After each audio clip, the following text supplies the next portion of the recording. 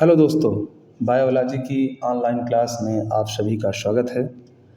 दोस्तों, आज की वीडियो में हम कक्षा 11वीं एनसीईआरटी बायोलॉजी का एक महत्वपूर्ण बिंदु लेकर के आए हैं और उस बिंदु का नाम है वर्गीकरण की पद्धतियाँ।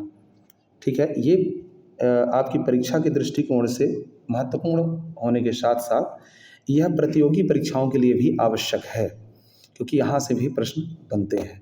ठीक है, तो वर्गीकरण की कौन कौन सी पद्धतियाँ हैं, इसके पहले वाले वीडियो में हम वर्गीकरण क्या है, उसका इतिहास क्या है, ये तमाम प्रकार की बातें हम कर चुके हैं, इनका वीडियो हम ला चुके हैं और आज इसी क्रम को आगे बढ़ाते हुए वर्गीकरण की जो पद्धतियाँ आई हैं, ठीक है ना, उनके बारे में डिस्कस करने वाले हैं।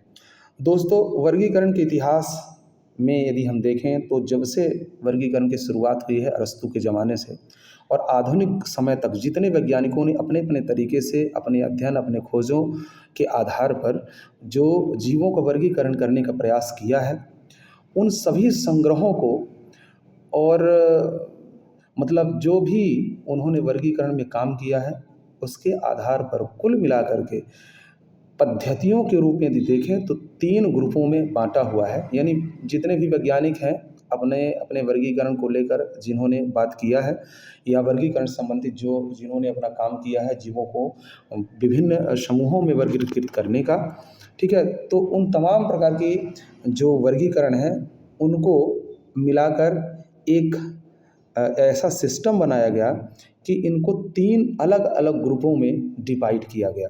ठीक है, तो जिनको हम क्या कहें, वर्गीकरण की पद्धति कहेंगे। यानी जीवों को उनके समान लक्षणों और प्राकृतिक संबंधों के आधार पर समूहों में बांटने की जो प्रक्रिया थी वो वर्गीकरण है। और वर्गीकरण से संबंधित जितने भी कार्य हुए हैं उन सब को संग्रहित करके 3 बड़े ग्रुपों में बनाया है। और वो 3 बड़े ग्रुप पद्धति के रूप में कौन कौन से हैं, तो पहला जो ग्रुप है वो है कृत्रिम वर्गीकरण का, ठीक है, दूसरा क्या है, प्राकृतिक वर्गीकरण, और तीसरा है जाति वृत्तीय वर्गीकरण। ठीक है, तो देखिए सबसे पहले आर्टिफिशियल क्लासिफिकेशन यानी कृत्रिम वर्गीकरण जो है, इसकी हम बात करते हैं, ये क्या है और इसके अंतर्गत कौन कौन से ऐसे वैज्ञानिक हैं जिनका वर्गीकरण आता है। ठीक है, तो देखिए पहला इसमें क्या कह रहा है कि केवल वह लक्षणों जैसे कि आकार है, रंग है, पत्तियों की संख्या है आदि के आधार पर जो वर्गीकरण किया गया, जिन वैज्ञानिकों ने जीवों को बाह्य जो आकार है, रंग है, रूप है, पौधों की पत्तियां हैं इत्यादि के आधार पर जब यानी कि शरीर के कुछ लक्षणों को दृष्टिगत रखते हुए जो वर्गीकरण किया गया, ठीक, उस वर्गीकरण को कृत्रिम वर्गीकरण कहते हैं। और ये सबसे प्रारंभिक वर्गीकरण था। उस समय इतनी खोजें नहीं हो पाई थी, इसलिए जीवों के कुछ बाह्य लक्षणों को दृष्टिगत रखते हुए वर्गीकरण किया गया था। और उस समय जितने भी वर्गीकरण हुए उन वर्गीकरण को सबको कहा गया कृत्रिम वर्गीकरण। और इसमें बढ़िया उदाहरण आता है किसका, अरस्तू का वर्गीकरण है, थियोफ्रेस्टस का है, लीनियस का है, कैरोलस लीनियस का। इन 3 ऐसे वैज्ञानिक, धुरंधर वैज्ञानिक हैं जिन्होंने वर्गीकरण की नींव रखी है। और इन चूँकि इन्होंने प्रारंभिक वर्गीकरण किया है, प्रारंभ में जब खोजें कम थी, सुविधाएं कम थी, ठीक है ना, उपकरण कम थे, उस समय जो वर्गीकरण किया गया, तो वर्गीकरण के लिए देखिए आधार तो मिला, लेकिन एक जो ऊपरी एक व्यवहारिक जो लक्षण था, उन लक्षणों के आधार पर ये वर्गीकरण हुआ था, इसलिए इसको कहा गया कृत्रिम वर्गीकरण। ठीक है, दूसरा जो वर्गीकरण हम देखें, ये जो आपको तस्वीर दिख रही है, ये किसकी है, ये कैरोलस लीनियस साहब की है, ठीक है ना। और ये देखिए इनकी एक बहुत प्रसिद्ध पुस्तक थी जिसको कहते हैं सिस्टेमा नेचुरी। और कैरोलस लीनियस के बारे में पिछले वीडियो में हम बात कर चुके हैं, लेकिन फिर भी आपको याद दिलवाएंगे हम कि सिस्टेमा नेचुरी इनकी प्रसिद्ध पुस्तक थी। और कैरोलस लीनियस को जो आधुनिक वर्गीकरण है इसका जनक कहा जाता है।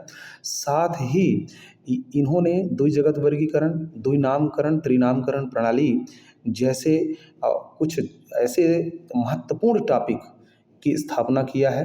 ठीक है, तो द्विजगत वर्गीकरण देने वाले, प्रतिपादित करने वाले ये वैज्ञानिक हैं।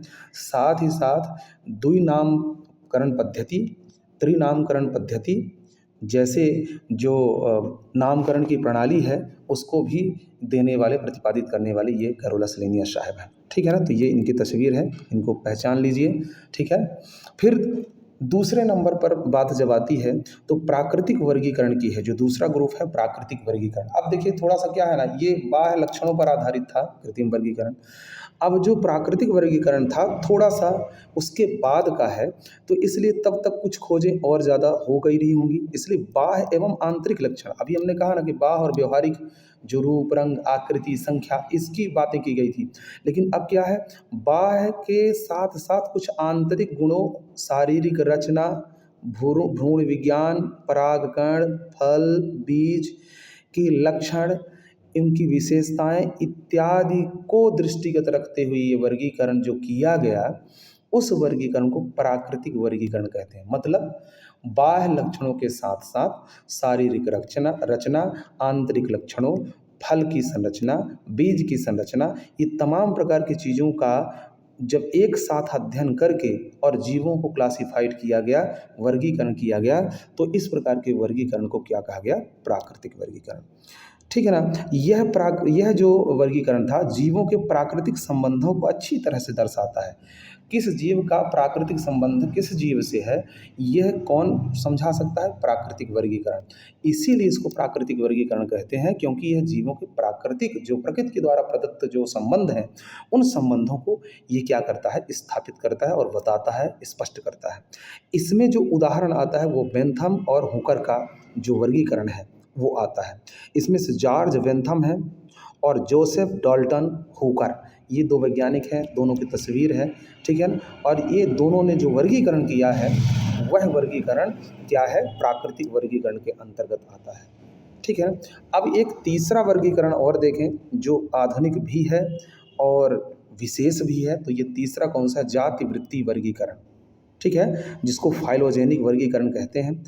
ये क्या है, इसमें मुख्य जो आधार माना गया जीवों के विकासी क्रम को माना गया है। ये बहुत मोस्ट चीज़ है, ध्यान रखिएगा कि जाति वृत्ति जो वर्गीकरण है इसका मुख्य आधार क्या है, तो इसका क्या है, विकासी संबंध है।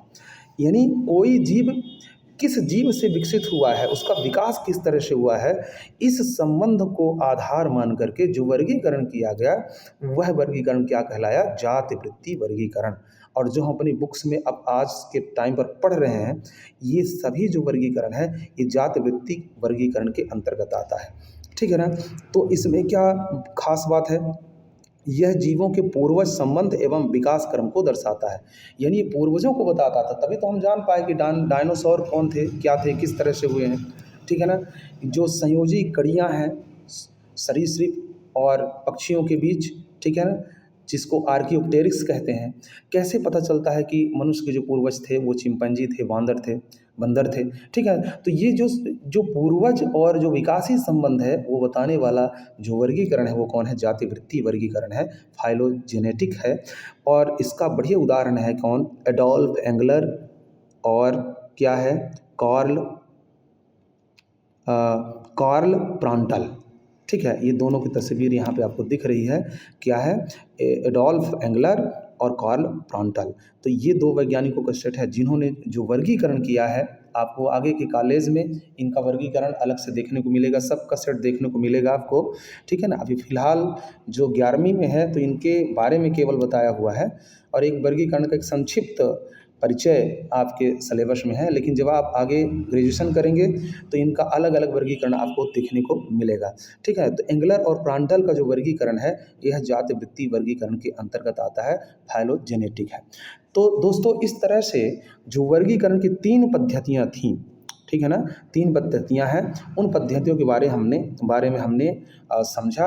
अब कुछ मुख्य विशेषताएं क्या हैं कि जो वर्गीकरण है ये क्या करता है, आसान और सरल बनाता है, केवल बाह्य लक्षणों पर आधारित है, प्राकृतिक संबंधों को प्रकट नहीं करता है। तो ये किसकी विशेषता यहाँ पे कर रहा है, ये विशेषता कर रहा है कौन सा, जो कृत्रिम वर्गीकरण है उसकी। ये विशेषता क्या है, ये आसान और सरल तो होता है, केवल बाह्य लक्षणों पर आधारित है और प्राकृतिक संबंधों को ये प्रकट नहीं करता है। ये कौन है, ये है आपका कौन सा, कृत्रिम वर्गीकरण, ठीक है। तो ये तो कुछ बातें हो गई। अब आइए मुख्य बिंदु क्या कर लेते हैं, देख लेते हैं थोड़ा सा कि वर्गीकरण विज्ञान का आधार है, ठीक है। सही वर्गीकरण से अध्ययन पहचान और संरक्षण में सहायता मिलती है, बिल्कुल सही है। यह पद्धतियाँ समय के साथ उन्नति होती गई हैं। मतलब जितनी भी पद्धतियाँ हैं इनमें समय-समय पर, और जितने वर्गीकरण हुए हैं इनमें समय-समय पर क्या हो रहा है, संशोधन भी होता आ रहा है। तो इस तरह से ये बातें हो गई आज के इस टॉपिक, आज के इस वीडियो की, कि वर्गीकरण की पद्धतियाँ कौन-कौन सी हैं। तो दोस्तों आपकी मुख्य परीक्षा में ये प्रश्न बन कर के बड़े प्रश्नों में ज़रूर आएगा, इसलिए इसको अच्छे से पढ़ लेंगे और इसको नोट डाउन करते हुए इसको कंठस्थ कर लेंगे और उदाहरण ज़रूर इनमें से याद रखेंगे। और हाँ, यहाँ से विकल्प भी बनने की पूरी संभावना है कि कौन से वर्गीकरण का उदाहरण क्या है, या किनके द्वारा कौन सा वर्गीकरण किया गया है, ऐसा करके कुछ प्रश्न पूछा जा सकता है। तो आप इसको, छोटा टॉपिक है, छोटा वीडियो है, तो इसको समझ लेंगे, देख लेंगे, कंठस्थ कर लेंगे। अगले वीडियो का इंतज़ार करिए, हम ऐसे ही वर्गीकरण में रोचक वीडियो लेके आते रहेंगे आपके पास तक। बस आप हमसे जुड़े रहिए और साथ में हमारा सपोर्ट करते रहिए, सहयोग करते रहिए। धन्यवाद।